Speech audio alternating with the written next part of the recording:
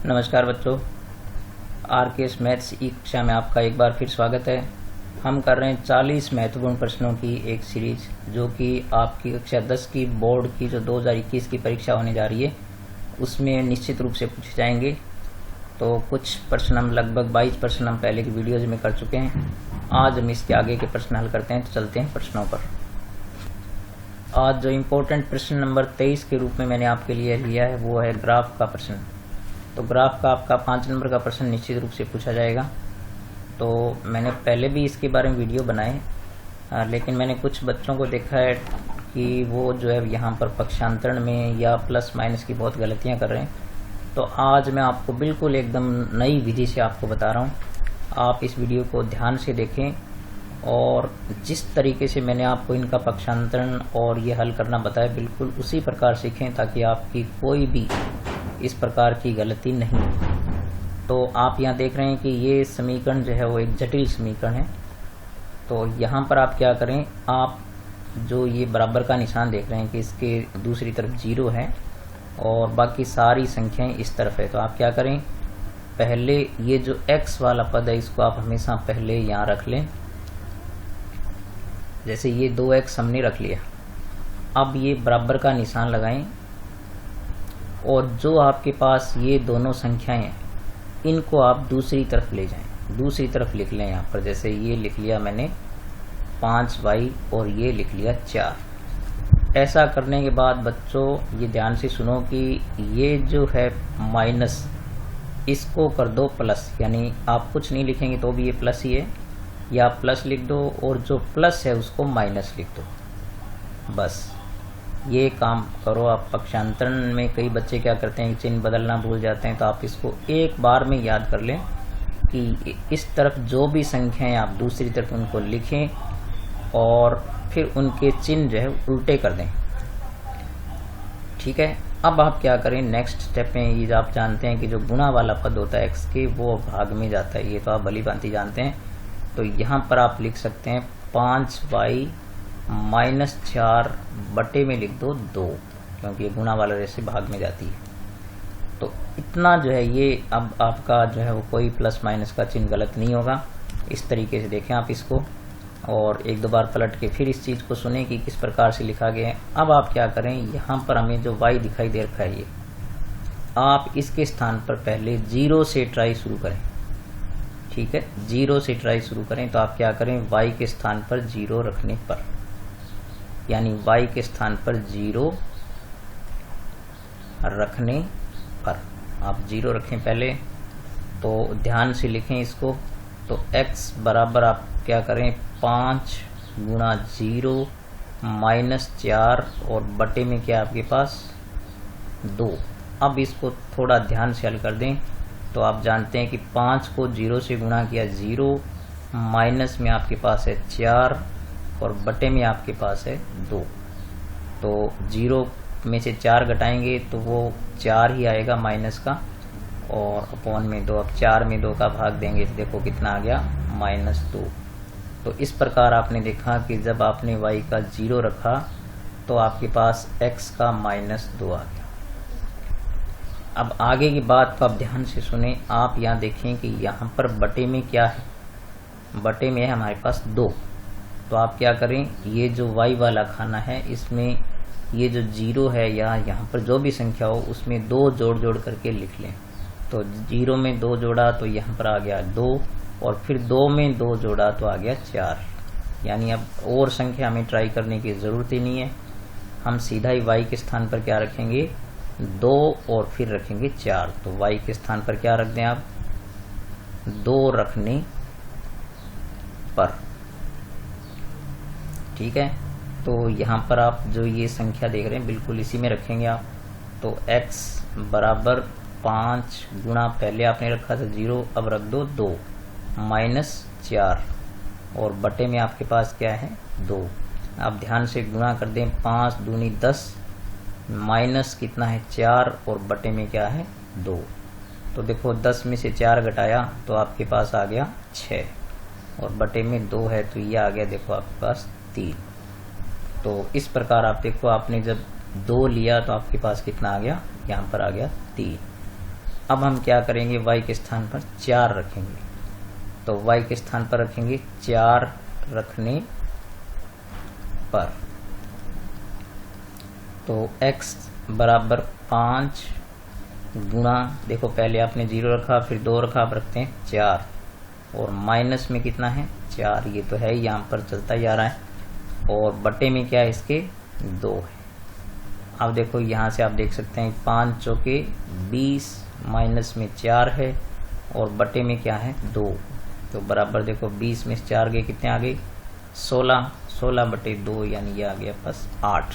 तो इस प्रकार आपने 4 रखा तो ये आ गया 8। तो इस प्रकार से आप बिंदु आसानी से निकाल सकते हैं। अब इन बिंदुओं का आप नाम दे दें।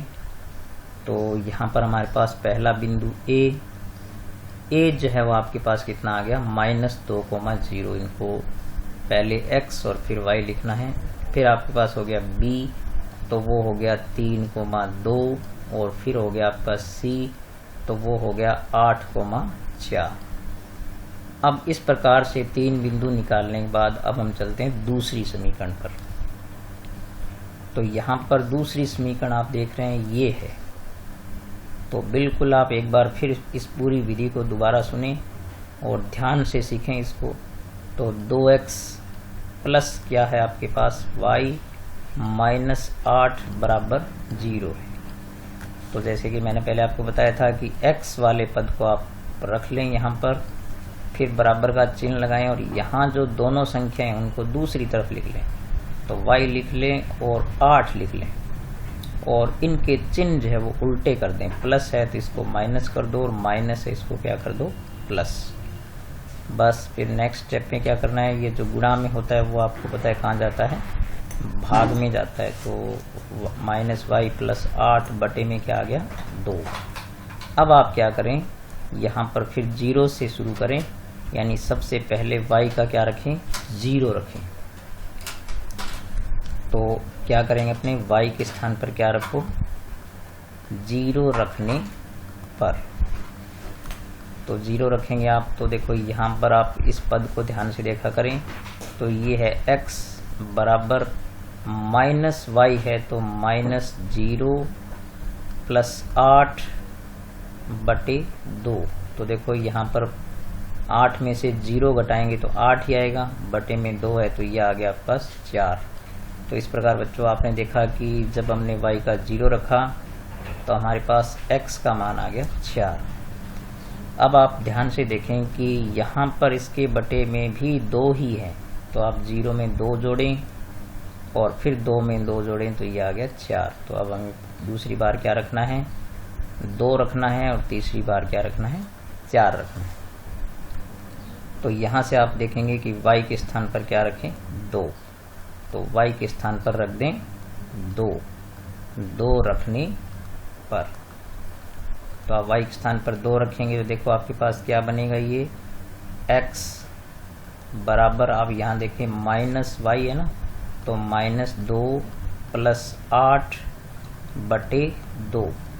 तो यहाँ पर आप लोग कई बार गलती कर देते हैं कि 8 और 2 10 कर देते हैं। ऐसा नहीं करना है आपको क्या करना है 8 में से 2 घटाना है, क्योंकि माइनस की संख्या हमेशा घटती है। 8 में से 2 जाएंगे तो 6 बचेंगे, 6 बटे 2 कितना आ गया 3। तो इस प्रकार से ये संख्या कितनी आ गई 3 आ गई। तो देखो आपने 2 रखा तो ये कितना आ गया 3 आ गया। और फिर आप देख सकते हैं कि ये जो आगे कितना आपके पास 4 है, तो y के स्थान पर आप क्या रख दो, y के स्थान पर 4 रखने पर। तो देखो x बराबर कितना आ गया -4 + 8 और बटे में क्या है 2। तो 8 में से 4 घटाओ तो कितना आ गया 4 और बटे में क्या आ गया 2। तो ये आ गया 2 आपके पास। ठीक है, तो इस प्रकार आपने देखा कि 4 रखने पर आपके पास 2 आ गया। तो 4 रखने पर कितना आ गया 2 आ गया। तो इस प्रकार आपने देखा कि इसके जो बिंदु निकल कर आए हैं वो हमारे पास पहला बिंदु, इसका नाम आप P दे दिया करो, तो P आपके पास हो गया 4,0। ठीक है, 4,0 हो गया। और Q हो गया आपके पास 3,2 और R आपके पास हो गया ये 2,4 पहले x लिखें फिर y लिखें, इसको लिखने में गलती नहीं करनी है।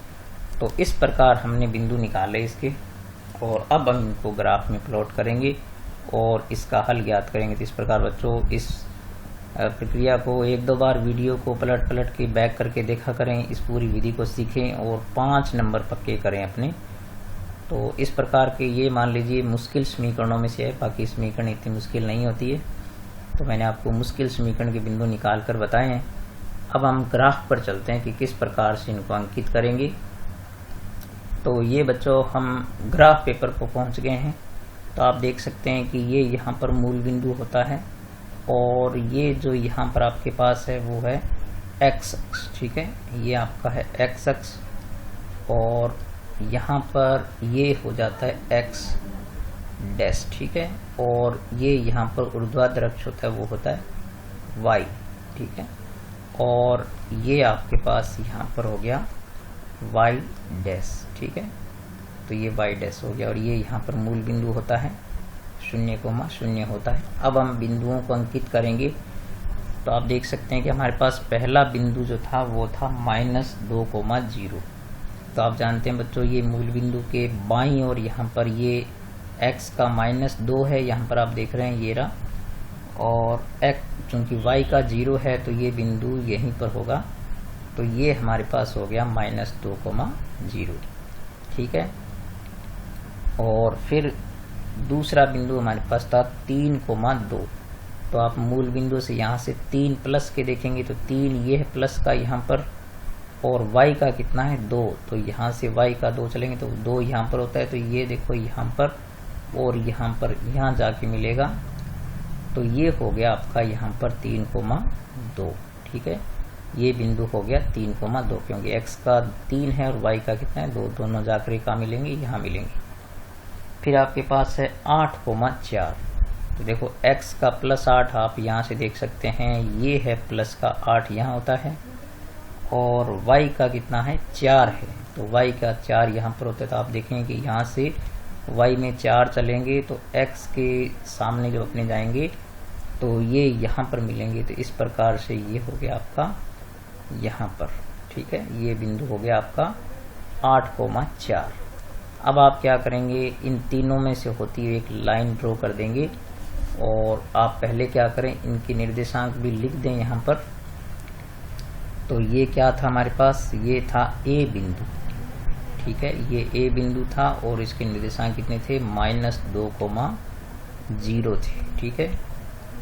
और ये बिंदु था B जिसके निर्देशांक हमारे थे 3,2, ठीक है। और ये बिंदु था हमारे पास C जिसके निर्देशांक थे 8,4, ठीक है। अब आप क्या करें, इनमें से होती है एक सीधी रेखा खींच दें। तो हम क्या करेंगे, यहाँ से इसमें से होती हुई रेखा खींचेंगे। तो हम चलेंगे यहाँ थोड़े आगे से शुरू करें इसको, और स्केल की सहायता से इस प्रकार से बिल्कुल एक सीधी रेखा इस प्रकार से इन तीनों बिंदुओं में से होती हुई स्केल की सहायता से खींच दें। तो जब हमने बिंदु सही निकाले हैं तो ये रेखा बिल्कुल एकदम आपकी क्या जाएगी, सीधी जाएगी, ठीक है। तो ये इस प्रकार से हमारी रेखा हो गई। तो ये बिंदु थोड़े से मैं दोबारा खींचता हूँ। ये आप यहाँ से शुरू करें एक बार, आप यहाँ से, तो यहाँ से शुरू करेंगे तो ये इसमें से होती है बिल्कुल एकदम स्केल की सहायता से आप बिल्कुल सीधी रेखा खींच दें इस प्रकार से। तो ये हमारी रही रेखा, इसको थोड़ी आगे निकाल दें। तो ये देखो हमने थोड़ी आगे निकाल दिया इसको, और आगे निकाल करके इसके लास्ट में ऐसे तीर का निशान लगा दें, और इसको भी थोड़ा आप क्या करें आगे बढ़ा दें, और इसके भी यहाँ पर आप क्या करें तीर का निशान लगा दें। तो इस प्रकार से एक सरल रेखा हमने ड्रॉ कर दी है। अब हम दूसरी खींचते हैं। तो दूसरी समीकरण का पहला बिंदु था आपके पास 4,0। तो बच्चों यहाँ पर हम देखते हैं कि ये है हमारे पास 4, x का प्लस का 4 यहाँ होता है, और फिर y का कितना है 0 है। तो ये बिंदु यहीं रहेगा 4,0 क्योंकि y का मान इसमें नहीं है। तो ये हो गया 4,0 यहाँ हो गया, और फिर आपके पास q जो है वो 3,2 ही है, तो वो यही बिंदु होगा। और फिर हमारे पास 2,4। तो देखो ये x का 2 है और ये y का 4 है।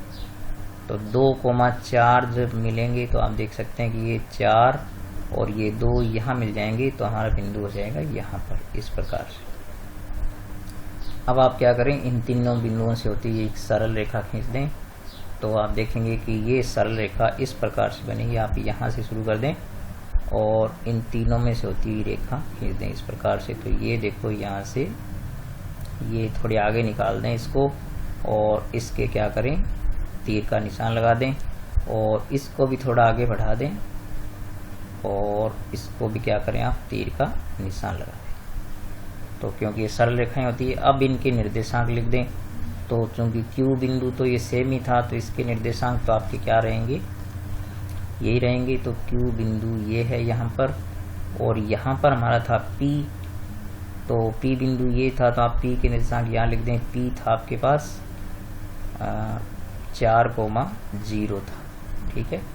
और Q ये रहा, R बिंदु जो आपके पास है वो है 2,4। तो इस प्रकार हमने जो है वो इन दोनों समीकरणों को के बिंदुओं का अंकित कर दिया और 2 सरल रेखाएं खींच दी, जो कि यहाँ पर 3,2 पर प्रतिच्छेद कर रही है।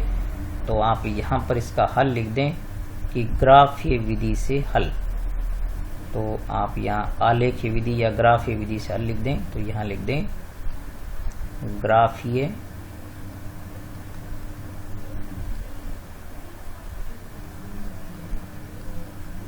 विधि द्वारा हल। तो ग्राफीय विधि द्वारा हल जो आपका बिंदु बना वो बिंदु तय 3,2, यानी इसमें x का मान कितना है, वो है 3, और y का मान कितना है, वो है 2। और इसमें एक चीज जो आपसे और पूछी थी वो भी हम देखते हैं। वो हमसे पूछा है कि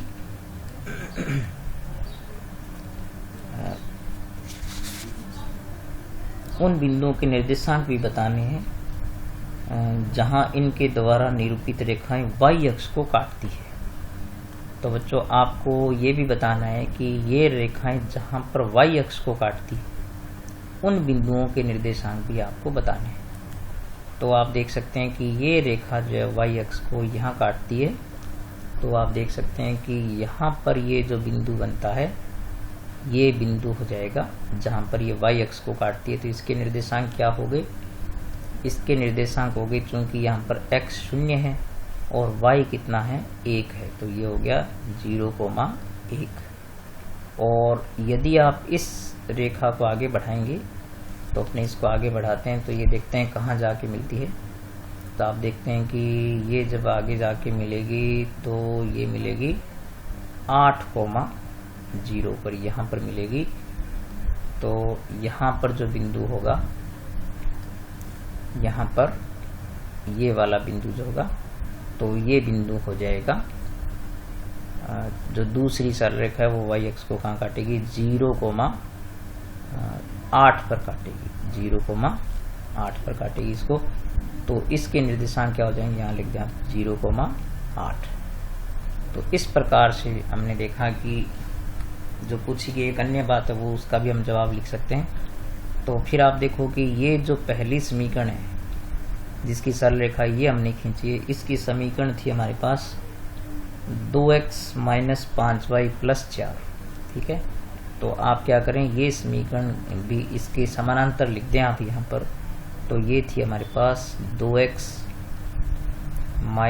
5y + 4 = 0, ठीक है। तो इस प्रकार से ये, और ये जो हमारी समीकरण थी जिसकी सरल रेखा ये है, ये थी हमारे पास, वो आप इसके पास लिख दें, इसके समानांतर लिखते हैं आप। तो ये थी हमारे पास 2x + y - 8। तो ये समीकरण आप यहाँ लिख दें इसके पास।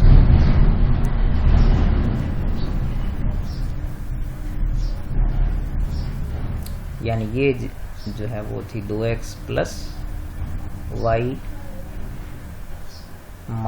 8 = 0, ठीक है। तो इस प्रकार से ये होगी। अब आप क्या करें, इसका पैमाना लिख दें। तो पैमाना जो है वो इसका बनता है कि हमने एक बड़े खाने को, देखो आपने क्या माना है, एक माना है, ठीक है, हमने एक एक खाने को एक माना है, तो इसका पैमाना यहाँ लिख दें, पैमाना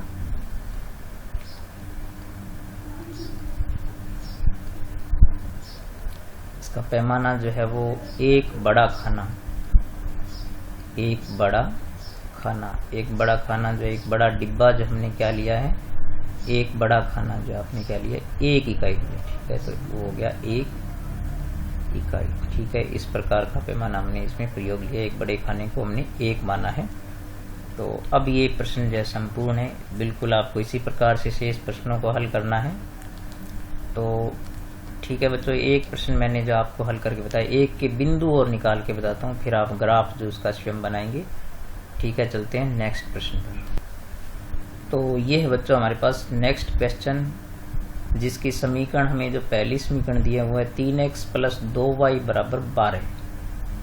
तो मैंने आपको बताया था कि बाईं तरफ x के अलावा जो भी पद हैं उनको हमें दूसरी तरफ लिखना है।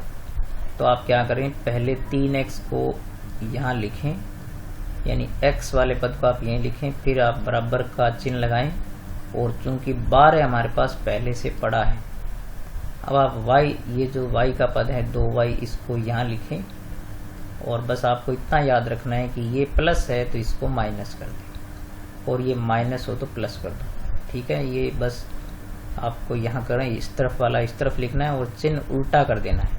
अब आप जानते हैं कि ये गुणा वाली राशि है, ये भाग में जाती है, ये आप भली भांति याद कर चुके हैं। तो 12 - 2y और अपॉन में आपके पास हो गया 3। अब उसी प्रकार से आप सबसे पहले 0 से ट्राई करेंगे, तो हमेशा y के मान अप्लाई करते हैं हम। तो y के स्थान पर क्या रखेंगे, 0 रखने पर, तो y के स्थान पर 0 रखेंगे, तो ये आपके पास इस प्रकार से बनेगा x बराबर, ये आप इसी को ध्यान रखा करें, इसी को लिखना है पूरा। तो 12 - 2 × 0 और अपॉन में क्या आपके पास 3 है। तो ये इस प्रकार से देखो, 12 - 2 को 0 से गुणा किया 0, और बटे में क्या आ गया 2। अब आप यहाँ पर देखो कि 12 में से 0 घटाया 12 आ गया, और अपॉन में 2 है, तो ये आ गया आपके पास 6। तो देखो कितनी आसानी से आपने जब y का 0 रखा तो आपके पास x का आ गया 6, ठीक है। अब आप देखो, पहले प्रश्न में हमने देखा था कि एक बिंदु निकलने के बाद आपको यहाँ देखना है कि यहाँ पर बटे में क्या है। तो बटे में यहाँ पर 3 है, तो आप 3 को इस पहले मान में y वाले में जोड़ें, तो 0 + 3 3, और 3 + 3 कितना हो गया 6। तो ये बिल्कुल आसानी से हम आगे के मान निकाल सकते हैं। बस आपको इतना करना है कि ये जो नीचे की राशि है वो इस पहले मान में जोड़ते जाएं। तो 0 + 3 3, और 3 + 3 कितना हो गया 6। अब हम सीधा ही y के स्थान पर क्या रखेंगे, 3 रखेंगे। तो y के स्थान पर क्या रखें आप, 3 रखने पर, तो y के स्थान पर 3 रखेंगे, तो ये होगा आपके पास x बराबर 12 - 2 × 3, और बटे में क्या आपके पास 3 है। अब इसको ध्यान से सरल कर दें, देखो 12 का 12 लिखें, और ये माइनस में 2, ये कितना हो गया 6, और बटे में कितना है 3। अब 12 में से 6 घटे तो बचे 6, और बटे में आ गया 3। तो 3 दूनी 6, 3 से इसको काट दिया, 2 आ गया। तो आपने देखा कि 3 रखने पर कितना आ गया 2 आ गया x का मान। अब हम रखेंगे 6, तो y के स्थान पर क्या रख दो, 6 रखने पर। तो y के स्थान पर 6 रखेंगे, तो x बराबर 12 - 2 × 6। देखो पहले आपने 0 रखा, फिर 3 रखा, आप कितना रख रहे हैं 6, वो हम यहाँ से रख रहे हैं, और बटे में क्या है आपके पास 3। अब इसको ध्यान से सरल कर दें, तो 12 का 12 ये लिखा हमने, माइनस में 6 दूनी 12, और बटे में क्या है 3। तो यहाँ आप देखोगे 12 में से 12 घटा 0, 0 बटे 3, यानी 0 में 3 का भाग दिया 0 आ गया। 0 में किसी का भाग देते हैं 0 ही आता है। तो ये देखो 6 रखने पर क्या आ गया 0 आ गया, ठीक है। अब आप इन बिंदुओं को लिख दें। तो पहला बिंदु हम लेते हैं A, तो A हमारे पास हो गया 6,0, ये 6,0, फिर B हो गया 2,3, तो B हो गया हमारे पास 2,3, ठीक है।